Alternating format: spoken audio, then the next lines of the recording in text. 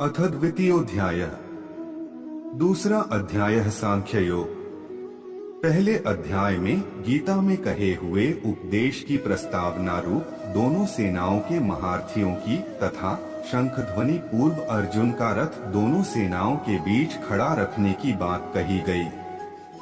बाद में दोनों सेनाओं में खड़े अपने कुटुंबी और स्वजनों को देखकर शोक और मोह के कारण अर्जुन युद्ध करने से रुक गया और अस्त्र शस्त्र छोड़कर विषाद करने बैठ गया।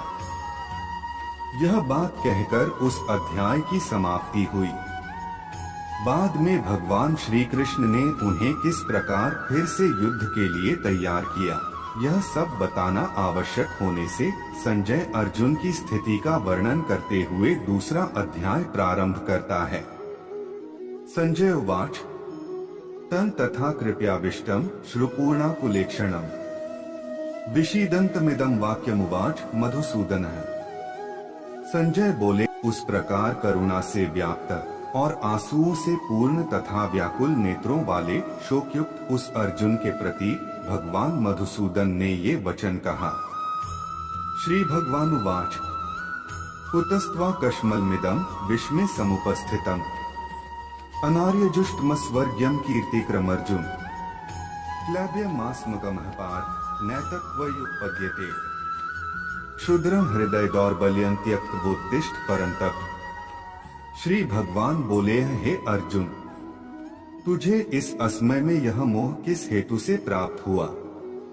क्योंकि न तो यह श्रेष्ठ पुरुषों द्वारा आचरित है, न स्वर्ग को देने वाला है और न कीर्ति को करने वाला ही है। इसलिए हे अर्जुन, नपुंसकता को मत प्राप्त हो, तुझ में यह उचित नहीं जान पड़ती। हे परंतप, हृदय की तुच्छ दुर्बलता को त्याग कर युद्ध के लिए खड़ा हो जा। अर्जुन उवाच कथा भीष्मः संख्ये द्रोण च मधुसूदन इषुभ्यः प्रतियोत्स्यामि पूजार्हा प्रसूदन। अर्जुन बोले, हे मधुसूदन, मैं रणभूमि में किस प्रकार बाणों से भीष्म पितामह और द्रोणाचार्य के विरुद्ध लड़ूंगा, क्योंकि हे अरिसूदन, वे दोनों ही पूजनीय हैं। गुरुन् हत्वा ही महानुभावा श्रेयो भोक्तुं भैक्ष्यन्ति लोके हत्वार्थ कामास्तु गुरुनिः भुंजीय भोगान् रुधिर प्रदिग्धान्। इसलिए इन महानुभाव गुरुजनों को न मारकर मैं इस लोक में भिक्षा का अन्न भी खाना कल्याणकारक समझता हूँ, क्योंकि गुरुजनों को मारकर भी इस लोक में रुधिर से सने हुए अर्थ और काम रूप भोगों को ही तो भोगूंगा। न चैतद्विद्मः कतर्नो गरियो यद्वा जयेन यदि वानो जयेयुः याने हत्वा न जिजीविषाम् स्थिताः प्रमुखे धार्तराष्ट्राः।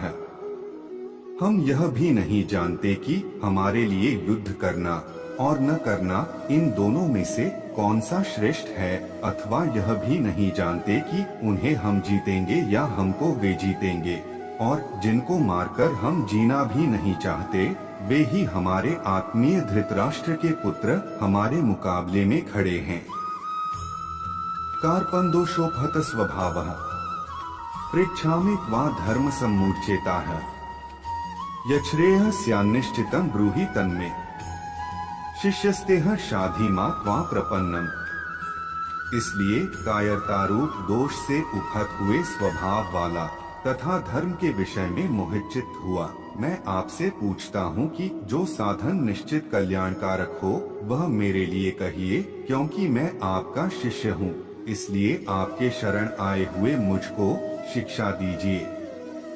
न ही प्रपश्यामि ममाप्नुद्या द्यक्षोक मुच्छोषणमिन्द्रियाणाम् अवाप्य भूमावस्पत नमृद्धः राज्यसुराणां पीचाधिपत्यम्।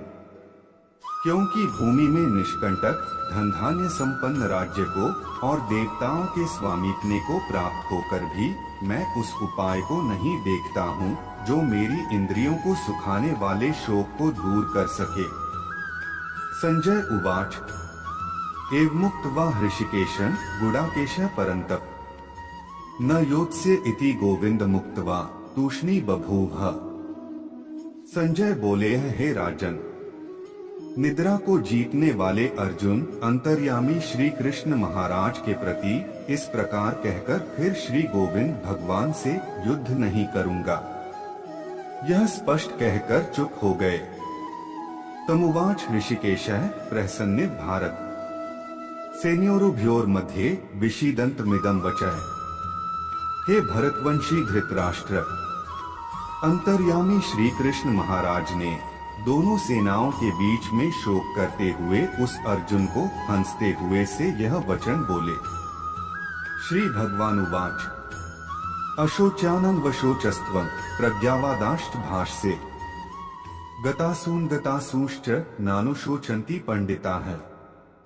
श्री भगवान बोले, हे अर्जुन, तू न शोक करने योग्य मनुष्यों के लिए शोक करता है और पंडितों के जैसे वचनों को कहता है, परंतु जिनके प्राण चले गए हैं उनके लिए और जिनके प्राण नहीं गए हैं उनके लिए भी पंडित जन शोक नहीं करते। न त्वेवाहं जातु नासं न त्वं नेमे जनाधिपाः न चैव न भविष्यामः सर्वे वयमतः परम्। न तो ऐसा ही है कि मैं किसी काल में नहीं था, तू नहीं था, अथवा ये राजा लोग नहीं थे, और न ऐसा ही है कि इससे आगे हम सब नहीं रहेंगे। देहिनोऽस्मिन् यथा देहे कौमारं यौवनजरा तथा देहांतर प्राप्तिर्धीरस्तत्र न मुह्यति। जैसे जीवात्मा की इस देह में बालकपन, जवानी और वृद्धावस्था होती है, वैसे ही अन्य शरीर की प्राप्ति होती है, उस विषय में धीर पुरुष मोहित नहीं होता। मात्रा स्पर्शास्तु कौन्तेय शीतोष्ण सुख दुःखदाः आगमापायनो नित्यास्तान् स्थितिक्षस्व भारत। हे कुंती पुत्र, सर्दी गर्मी और सुख दुख देने वाले इंद्रिय और विषयों के संयोग तो उत्पत्ति विनाशशील और अनित्य हैं, इसलिए हे भारत, उसको तू सहन कर। यही न व्यथ्यन्ते ते पुरुषं पुरुषर्षभ समदुःख सुखं धीरं सोमृतत्वाय कल्पते। क्योंकि हे पुरुष श्रेष्ठ, दुख सुख को समान समझने वाले जिस धीर पुरुष को ये इंद्रिय और विषयों के संयोग व्याकुल नहीं करते, वह मोक्ष के योग्य होता है। नास्तो विद्यते भावो ना भावो विद्यते सतः उभयोरपि दरिष्टोन्तस्त्वन्योस्तत्वदर्शिभिः।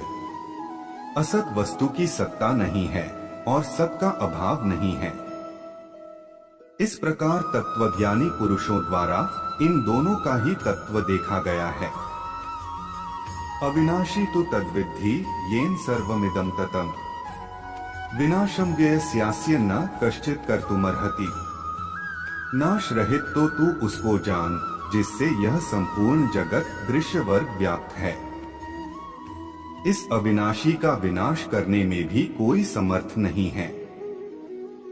अंतवंत इमे देहा नित्यस्युक्ता है शरीरिणः अनाशिनो प्रमेयस्य तस्माद्युध्यस् भारत। इस नाश रहित अप्रमेय नित्य स्वरूप जीवात्मा के ये सब शरीर नाशवान कहे गए हैं। इसलिए हे भरतवंशी अर्जुन, तू युद्ध कर। य एन वेत्ति हंतारं यश्चैन मन्यते हतम् उभौ तो न विजानीतो नाय हंति न हन्यते। जो उस आत्मा को मारने वाला समझता है तथा जो इसको मरा मानता है, वे दोनों ही नहीं जानते, क्योंकि यह आत्मा वास्तव में न तो किसी को मारता है और न किसी के द्वारा मारा जाता है। न जायते म्रियते वा कदाचि नाय भूत्वा भविता वा न भूयः अजो नित्यः शाश्वतोऽयं पुराणो न हन्यते हन्यमाने शरीरे। यह आत्मा किसी काल में भी न तो जन्मता है और न मरता ही है, तथा न यह उत्पन्न होकर फिर होने वाला ही है, क्योंकि यह अजन्मा, नित्य, सनातन और पुरातन है।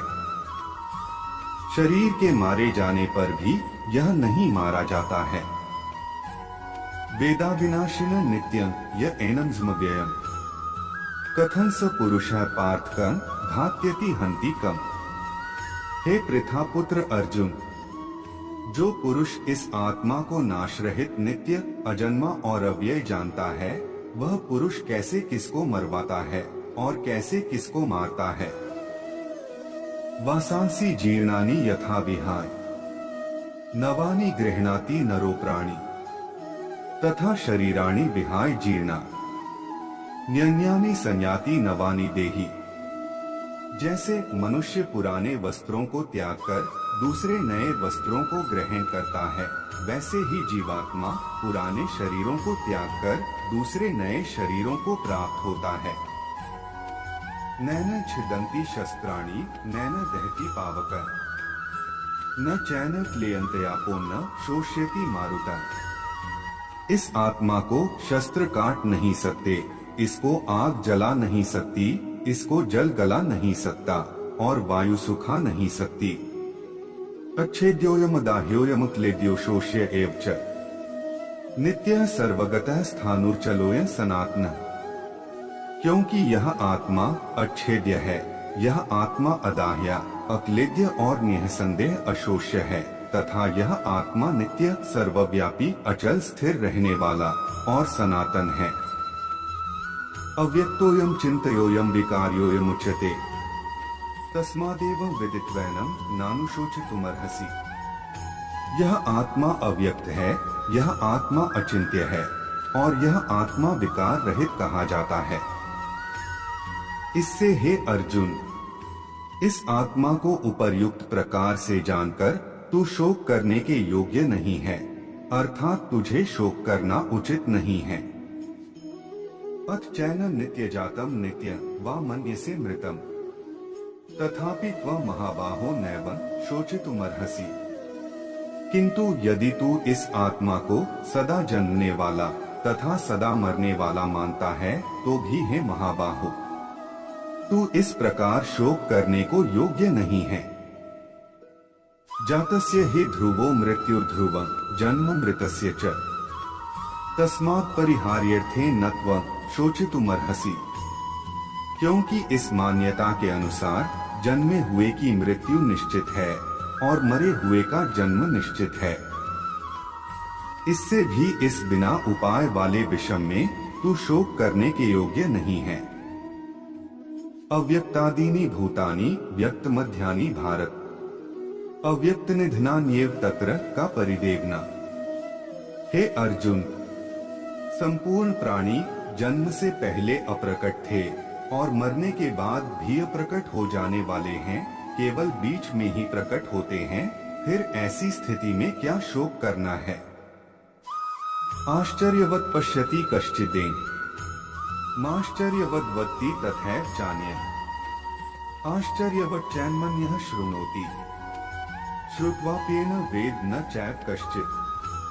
कोई एक महापुरुष ही इस आत्मा को आश्चर्य की भांति देखता है और वैसे ही दूसरा कोई महापुरुष ही इसके तत्व का आश्चर्य की भांति वर्णन करता है तथा दूसरा कोई अधिकारी पुरुष ही इसे आश्चर्य की भांति सुनता है और कोई कोई तो सुनकर भी इसको नहीं जानता। देहि नित्यं बध्योऽयं देहे सर्वस्य भारत तस्मात् सर्वाणि भूतानि न त्वं शोचितुमर्हसि। हे अर्जुन, यह आत्मा सबके शरीरों में सदा ही अवध्य है। इस कारण संपूर्ण प्राणियों के लिए तू शोक करने के योग्य नहीं है। स्वधर्मंपि चावेक्ष्य न विकम्पितुमर्हसि धम्र्याद्धि युद्धाश्रेयो न्यक्षत्रियस्य न विद्यते। तथा अपने धर्म को देखकर भी तू भय करने योग्य नहीं है, अर्थात तुझे भय नहीं करना चाहिए, क्योंकि क्षत्रिय के लिए धर्मयुक्त युद्ध से बढ़कर दूसरा कोई कल्याणकारी कर्तव्य नहीं है। यदृच्छया चोपन्नम स्वर्गद्वारम पावृतम सुखिनः क्षत्रियाः पार्थ लभन्ते युद्धमीदृशम। हे पार्थ, अपने आप प्राप्त हुए और खुले हुए स्वर्ग के द्वार रूप इस प्रकार के युद्ध को भाग्यवान क्षत्रिय लोग ही पाते हैं। अथ चेत्त्वमिम धम्र्य संग्रामं न करिष्यसि ततः स्वधर्मं कीर्तिं च हित्वा पापं वाप्स्यसि। किंतु यदि तू इस धर्म युक्त युद्ध को नहीं करेगा तो स्वधर्म और कीर्ति को खोकर पाप को प्राप्त होगा। अकीर्ति चापी भूतानि कथयिष्यन्ति ते व्यया संभावितस्य चाकीर्तिर्मरणात्तिरिच्यते। तथा सब लोग तेरी बहुत काल तक रहने वाली अपकीर्ति भी कथन करेंगे और माननीय पुरुष के लिए अपकीर्ति मरण से भी बढ़कर है। भयाद्रणादु परतम मनस्यन्ते वा महार्था है। येषा च त्वं बहुमतो भूत्वा यास्यसि लाघवम्। और जिनकी दृष्टि में तू पहले बहुत सम्मानित होकर अब लघुता को प्राप्त होगा, वे महारथी लोग तुझे भय के कारण युद्ध में हटा हुआ मानेंगे। अवाच्यवादाश्च बहून् वदिष्यन्ति तवाहिताः निंदन्तस्तव सामर्थ्यं ततो दुःखतरं नु किम्। तेरे वैरी लोग तेरे सामर्थ्य की निंदा करते हुए तुझे बहुत से न कहने योग्य वचन भी कहेंगे, उससे अधिक दुःख और क्या होगा। हतो व प्राप्स्यसि स्वर्गं जित्वा वा भोक्ष्यसि मही। तस्मादुत्तिष्ठ कौन्तेय युद्धाय कृत निश्चयः। या तो तू युद्ध में मारा जाकर स्वर्ग को प्राप्त होगा अथवा संग्राम में जीतकर पृथ्वी का राज्य भोगेगा। इस कारण हे अर्जुन, तू युद्ध के लिए निश्चय करके खड़ा हो जा। सुख दुःखे समे कृत्वा लाभालाभौ जया जया ततो युद्धाय युज्यस्व नैव पापम वाप्स्यसि। जय पराजय लाभ हानि और सुख दुख को समान समझकर उसके बाद युद्ध के लिए तैयार हो जा। इस प्रकार युद्ध करने से तू पाप को नहीं प्राप्त होगा। एषा ते विहिता सांख्ये बुद्धिर्योगे त्विमा श्रेणु। बुद्धया युक्तो यया पार्थ कर्म बंधन प्रहास्यसि। हे पार्थ, यह बुद्धि तेरे लिए ज्ञानयोग के विषय में कही गई और अब तू इसको कर्मयोग के विषय में सुन। जिस बुद्धि से युक्त हुआ तू कर्मों के बंधन को भली भांति त्याग देगा अर्थात सर्वथा नष्ट कर डालेगा। नेहाभिक्रम नाशोस्ति प्रत्यवायो न विद्यते। स्वल्पमप्यस्य धर्मस्य त्रायते महतो भया।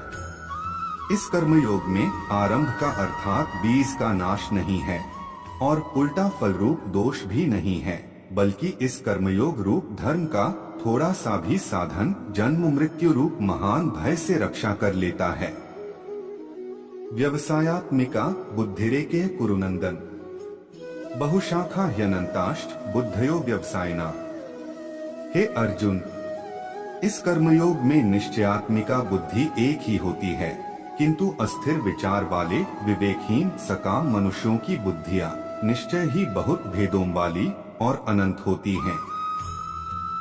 यामिमा पुष्पिता वाचन प्रवदन्त्य विपश्चितः वेदवादर्ताः पार्थ नान्यदस्तीति वादिनः।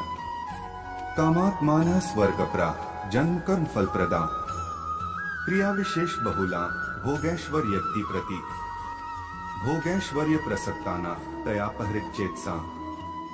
व्यवसायात्मिका बुद्धियः समाधौ न विधीयते। हे अर्जुन, जो भोगों में तन्मय हो रहे हैं, जो कर्मफल के प्रशंसक वेदवाक्यों में ही प्रीति रखते हैं, जिनकी बुद्धि में स्वर्ग ही परम प्राप्य वस्तु है और जो स्वर्ग से बढ़कर दूसरी कोई वस्तु ही नहीं है, ऐसा कहने वाले हैं, वे अविवेकी जन इस प्रकार की जिस पुष्पित अर्थात दिखाऊ शोभायुक्त वाणी को कहा करते हैं, जो कि जन्मरूप कर्मफल देने वाली और भोग तथा ऐश्वर्य की प्राप्ति के लिए नाना प्रकार की बहुत सी क्रियाओं का वर्णन करने वाली है। उस वाणी द्वारा जिनका चित्त हर लिया गया है, जो भोग और ऐश्वर्य में अत्यंत आसक्त हैं, उन पुरुषों की परमात्मा में निश्चयात्मिका बुद्धि नहीं होती। त्रैगुण्य विषया वेदा निस्त्रैगुण्यो भवार्जुन। निर्द्वंद्वो नित्य सत्वस्थो निर्योगक्षेम आत्मवान। हे अर्जुन, वेद उपर्युक्त प्रकार से तीनों गुणों के कार्य रूप समस्त भोगों और उनके साधनों का प्रतिपादन करने वाले हैं, इसलिए तू उन भोगों और उनके साधनों में आसक्तिहीन हर्ष शोक आदि द्वंद्वों से रहित नित्य वस्तु परमात्मा में स्थित योगक्षेम को न चाहने वाला और स्वाधीन अंतःकरण वाला हो। यावानर्थ उत्पाने सर्वतः संप्लुतोदके तावान सर्वेषु वेदेषु ब्राह्मणस्य विजानतः। सब ओर से परिपूर्ण जलाशय के प्राप्त हो जाने पर छोटे जलाशय में मनुष्य का जितना प्रयोजन रहता है, ब्रह्मा को तत्व से जानने वाले ब्राह्मण का समस्त वेदों में उतना ही प्रयोजन रह जाता है। कर्मण्येवाधिकारस्ते मां फलेषु कदाचन मां कर्मफल हेतुर्भूर्माते संगोस्त्व कर्मणि। तेरा कर्म करने में ही अधिकार है, उनके फलों में कभी नहीं। इसलिए तू कर्मों के फल का हेतु मत हो तथा तेरी कर्म न करने में भी आसक्ति न हो। योगस्थः कुरु कर्माणि संगं त्यक्त्वा धनंजय सिद्धय सिद्धयोः समो भूत्वा समत्व योग उच्यते। हे धनंजय, तू आसक्ति को त्याग कर तथा सिद्धि और असिद्धि में समान बुद्धि वाला होकर योग में स्थित हुआ। कर्तव्य कर्मों को कर, समत्व भाव ही योग कहलाता है। दूरेण ह्यवरं कर्म बुद्धियोगात् धनंजय बुद्धो शरण मनविच्छ कृपणाः फलहेतवः। इस समत्व बुद्धि योग से सकाम कर्म अत्यंत ही निम्न श्रेणी का है।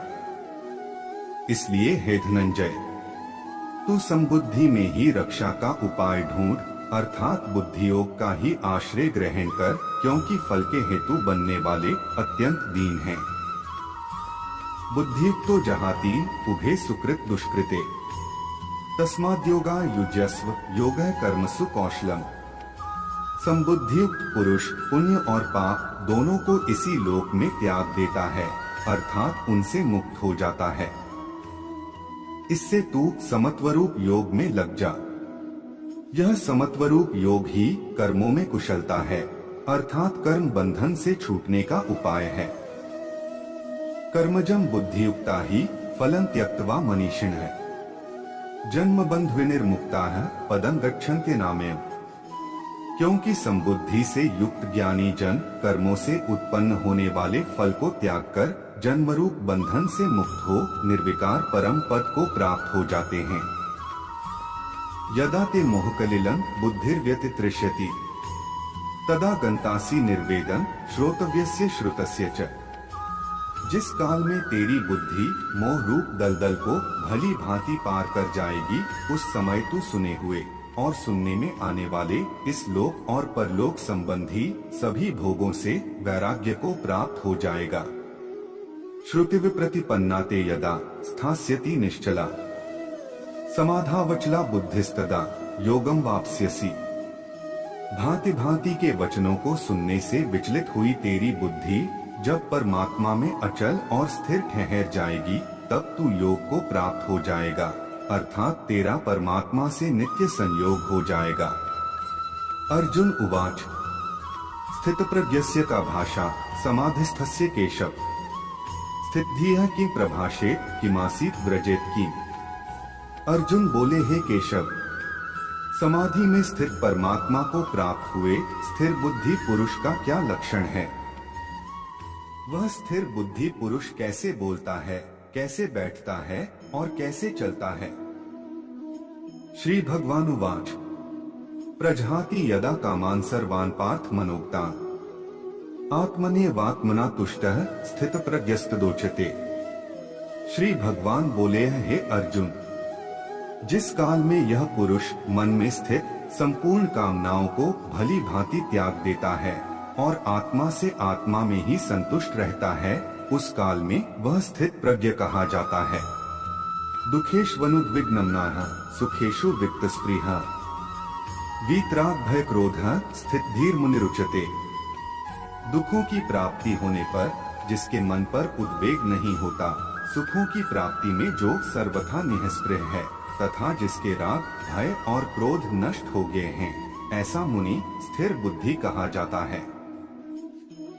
यह सर्वत्रान्धस्नेहस्तत्तत् प्राप्य शुभाशुभम् नाभिनंदति न द्वेष्टि तस्य प्रज्ञा प्रतिष्ठिता।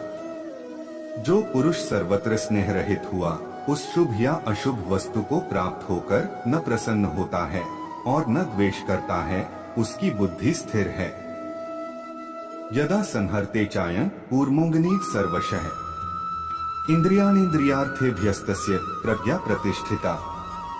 और जैसे कछुआ सब ओर से अपने अंगों को समेट लेता है, वैसे ही जब यह पुरुष इंद्रियों के विषयों से इंद्रियों के सब प्रकार से हटा लेता है, तब उसकी बुद्धि स्थिर है, ऐसा समझना चाहिए। विषया विनिवर्तन्ते निराहारस्य देहिनः रसवर्ज रसोप्यस्य परं दृष्ट्वा निवर्तते। इंद्रियों के द्वारा विषयों को ग्रहण न करने वाले पुरुष के भी केवल विषय तो निवृत्त हो जाते हैं, परंतु उनमें रहने वाली आसक्ति निवृत्त नहीं होती। इस स्थित प्रज्ञ पुरुष की तो आसक्ति भी परमात्मा का साक्षात्कार करके निवृत्त हो जाती है। यत्तो ह्यपि कौन्तेय पुरुषस्य विपश्चितः इंद्रियाणि प्रमाथीनि हरन्ति प्रसभं मनः। हे अर्जुन, आसक्ति का नाश न होने के कारण ये प्रमथन स्वभाव वाली इंद्रियां यत्न करते हुए बुद्धिमान पुरुष के मन को भी बलात् हर लेती हैं। तानि सर्वाणि संयमय युक्त आसीत् मत्परः वशे ही यस्येन्द्रियाणि तस्य प्रज्ञा प्रतिष्ठिता। इसलिए साधक को चाहिए कि वह उन संपूर्ण इंद्रियों को वश में करके समाहित चित्त हुआ मेरे परायण होकर ध्यान में बैठे, क्योंकि जिस पुरुष की इंद्रियां वश में होती हैं, उसी की बुद्धि स्थिर हो जाती है। ध्यायतो विषयान् पुंसः संगस्तेषु जायते संगात् संजायते कामः कामात् क्रोधोऽभिजायते। विषयों का चिंतन करने वाले पुरुष की उन विषयों में आसक्ति हो जाती है, आसक्ति से उन विषयों की कामना उत्पन्न होती है और कामना में विघ्न पड़ने से क्रोध उत्पन्न होता है। क्रोधात् भवति सम्मोहः सम्मोहात् स्मृति विभ्रमः स्मृतिभ्रंशात् बुद्धिनाशो बुद्धिनाशात् प्रणश्यति। क्रोध से अत्यंत मूढ़ भाव उत्पन्न हो जाता है, मूढ़ भाव से स्मृति में भ्रम हो जाता है, स्मृति में भ्रम हो जाने से बुद्धि अर्थात ज्ञान शक्ति का नाश हो जाता है और बुद्धि का नाश हो जाने से यह पुरुष अपनी स्थिति से गिर जाता है। रागद्वेष वियुक्तैस्तु विषयानिन्द्रियश्चरन् आत्मवश्यैर्विधेयात्मा प्रसादमधिगच्छति। परंतु अपने अधीन किए हुए अंतःकरण वाला साधक अपने वश में की हुई रागद्वेष से रहित इंद्रियों द्वारा विषयों में विचरण करता हुआ अंतःकरण की प्रसन्नता को प्राप्त होता है। प्रसादे सर्व दुखाना हानिरस्योपजायते प्रसन्नचेतसो ह्याशु बुद्धियः पर्यवतिष्ठते। अंतःकरण की प्रसन्नता होने पर इसके संपूर्ण दुखों का अभाव हो जाता है और उस प्रसन्न चित्त वाले कर्म योगी की बुद्धि शीघ्र ही सब ओर से हटकर परमात्मा में ही भली भांति स्थिर हो जाती है। नास्ति बुद्धिर्युक्तस्य न चायुक्तस्य भावना न चाभाव्यतः शांतिर्शांतस्य कुतः सुखम। न जीते हुए मन और इंद्रियों वाले पुरुष में निश्चयात्मिका बुद्धि नहीं होती और उस अयुक्त मनुष्य के अंतःकरण में भावना भी नहीं होती तथा भावना ही मनुष्य को शांति नहीं मिलती और शांतिरहित मनुष्य को सुख कैसे मिल सकता है। इंद्रियाणा ही चरता यन्मनोनुविधीयते तदस्य हरति प्रज्ञा वायुर्नावमिवाम्भसि। क्योंकि जैसे जल में चलने वाली नाव को वायु हर लेती है, वैसे ही विषयों में विचरती हुई इंद्रियों में से मन जिस इंद्रिय के साथ रहता है, वह एक ही इंद्रिय इस अयुक्त पुरुष की बुद्धि को हर लेती है। तस्माद्यस्य महाबाहो निगृहीतानि सर्वशः इंद्रियाणीन्द्रियार्थेभ्यस्तस्य प्रज्ञा प्रतिष्ठिता। इसलिए हे महाबाहो, जिस पुरुष की इंद्रियों के विषयों से सब प्रकार निग्रह की हुई हैं, उसी की बुद्धि स्थिर है। या निशा सर्वभूताना तस्या जागर्ति संयमी यस्या जागृति भूतानि सा निशा पश्यतो मुनेः। संपूर्ण प्राणियों के लिए जो रात्रि के समान है, उस नित्य ज्ञान स्वरूप परमानंद की प्राप्ति में स्थित प्रज्ञ योगी जागता है और जिस नाशवान सांसारिक सुख की प्राप्ति में सब प्राणी जागते हैं, परमात्मा के तत्व को जानने वाले मुनि के लिए वह रात्रि के समान है। अपूर्यमाणं चल प्रतिष्ठन् समुद्रमापः प्रविशन्ति यद्वत् तद्वत् कामा यं प्रविशन्ति सर्वे स शान्तिमाप्नोति न कामकामी। जैसे नाना नदियों के जल सब ओर से परिपूर्ण अचल प्रतिष्ठा वाले समुद्र में उसको विचलित न करते हुए ही समा जाते हैं, वैसे ही सब भोग जिस स्थित प्रज्ञ पुरुष में किसी प्रकार का विकार उत्पन्न किए बिना ही समा जाते हैं, वही पुरुष परम शांति को प्राप्त होता है, भोगों को चाहने वाला नहीं। विहाय कामान्यः सर्वान् पुमाश्चरति निःस्पृहः निर्ममो निरहंकारः स शांतिमधिगच्छति। जो पुरुष संपूर्ण कामनाओं को त्याग कर ममता रहित, अहंकार रहित और स्पृहा रहित हुआ विचरता है, वही शांति को प्राप्त होता है, अर्थात वह शांति को प्राप्त है। एषा ब्राह्मी स्थितिः पार्थ नैना प्राप्य विमुह्यति स्थित्वा स्यामंत कालेपि ब्रह्म निर्वाण मृच्छति। हे अर्जुन, यह ब्रह्मा को प्राप्त हुए पुरुष की स्थिति है। इसको प्राप्त होकर योगी कभी मोहित नहीं होता और अंतकाल में भी इस ब्राह्मी स्थिति में स्थित होकर ब्रह्मानंद को प्राप्त हो जाता है। तत्सदिति श्रीमद्भगवद्गीतासूपनिषत्सु ब्रह्म विद्यायां योगशास्त्रे श्री कृष्णार्जुन संवादे सांख्य योगो नाम द्वितीयोऽध्यायः। इस प्रकार उपनिषद, ब्रह्म विद्या तथा योग शास्त्र रूप श्रीमद् भगवद गीता के श्री कृष्ण अर्जुन संवाद में सांख्य योग नामक द्वितीय अध्याय संपूर्ण हुआ।